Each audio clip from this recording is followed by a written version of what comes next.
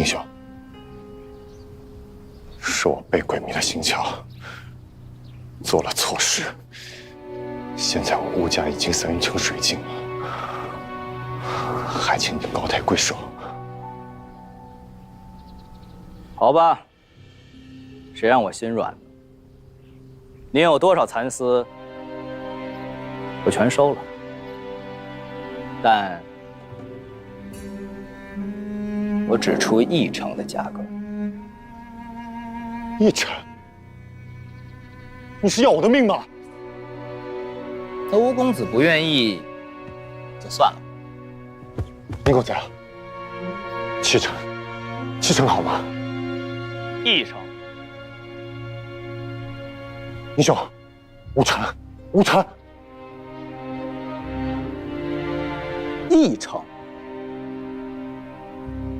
李恒啊，这做人不能太狠呐。九哥，是你们在求我，我可没逼你们。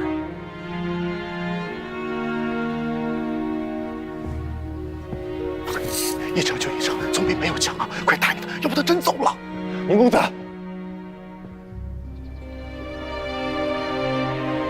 ，1成，1成就1成。但宁公子，你能不能告诉我吴某，从你扬言要我吴家破产，你到底是怎么一步一步做到的？好啊，我从一开始就没打算和你争蚕丝。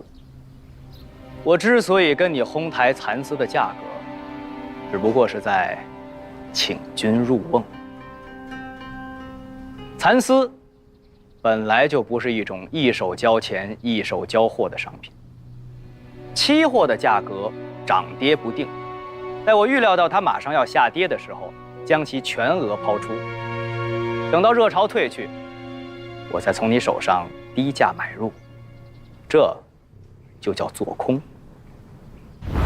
蚕丝是期货，不是现货，你需要等待一段时间之后才能拿到蚕丝。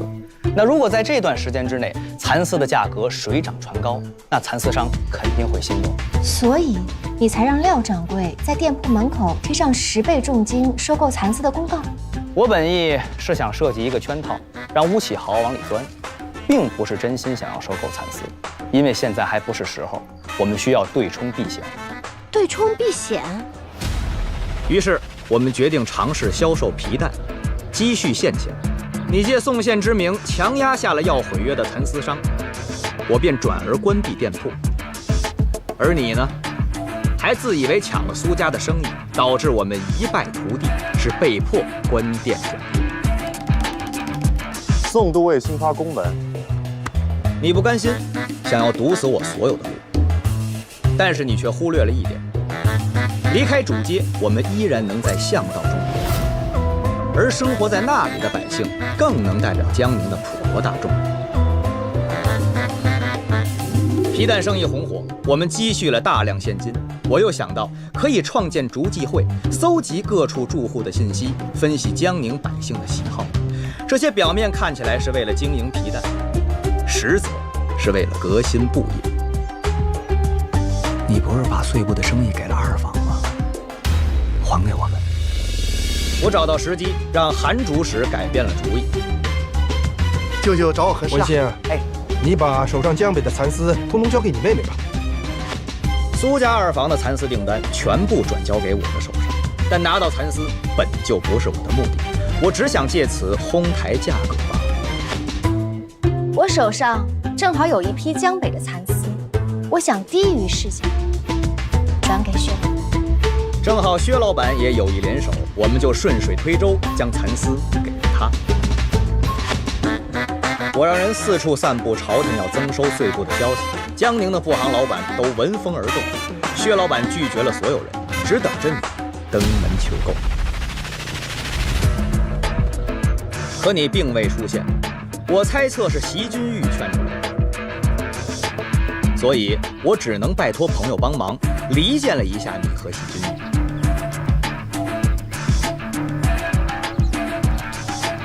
后来，你果然以极高的价格买下了薛老板的蚕丝，但此举却刺激到那些和你平价签约的蚕丝商，要鼓动他们跟你毁约，实在过于容易了。你又这般自负，定会主动加价。如此一来，乌家的现钱就被掏空了。不久，薛老板便告诉我，你向他举荐的地下钱庄借了钱。布业革新的准备工作也完成了，我就一直在等北方战事的结局。关闭布行，为我们省下大笔仓储、店租成本，加上经营足迹，谭儿此刻是全江宁手头现钱最多的商人。岁贡一停，我便重开苏氏布行。此前竹记会筹备的会员信息也就派上了用场。我们以线上下单配合送货上门的方式进行，完成了江宁布业的革新。然后我就一直在这儿等你，你明白了？朝廷不会追加岁布一事，这无人能料。你是如何提前知道的呀？晋梁之争两败俱伤，我朝若是出兵，便可坐收渔翁之利。岁布生意本来就没有定论，你们俩听到的只是宋都尉和韩主使的一席话。而我永远相信，没有任何一个国家愿意向其他的国家低头。岁布生意本来就不是长久之计，我又何必去争呢？这盘棋这么多变数，你都可以利用好它的利弊。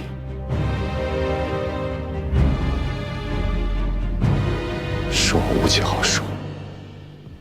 时局瞬息万变，我也没有办法预料到所有的结局。如果我朝要是输了呢，那贡还是要缴，只不过要等多久呢？1年、2载？这时间，我苏家等得起，你们乌氏布行等得起吗？识时务者为俊杰。吴启浩，就冲你的魄力，我还是挺欣赏的。老耿，在。去，把我家老板请来了单大事。是。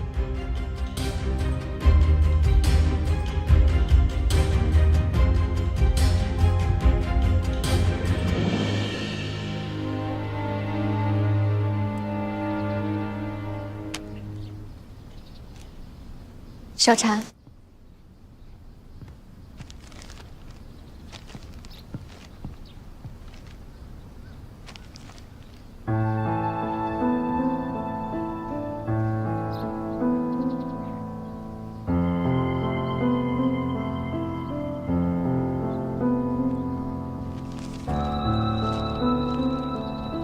吴公子，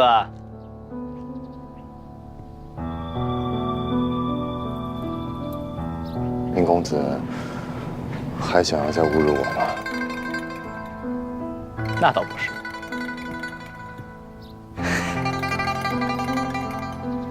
这个有空回去看看。这是什么？我听人说，令尊大人生病了。虽然是因为你气病的，但我也脱不了干系。乌氏布行的经营方式已经过时了，想靠你们自己东山再起很难。所以我们不如一起做吧。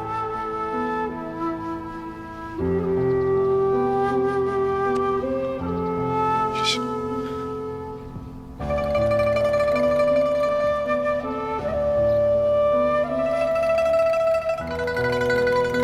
加油啊！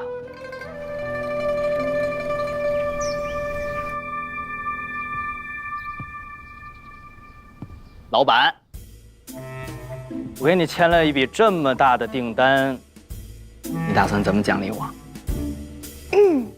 签了这么一大笔订单，怎么奖励呢？你等着吧。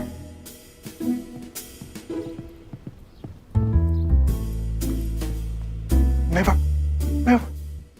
你说，我帮你签了这么大笔订单，你怎么奖励我呀？这么一大笔订单，等着吧。走，老耿。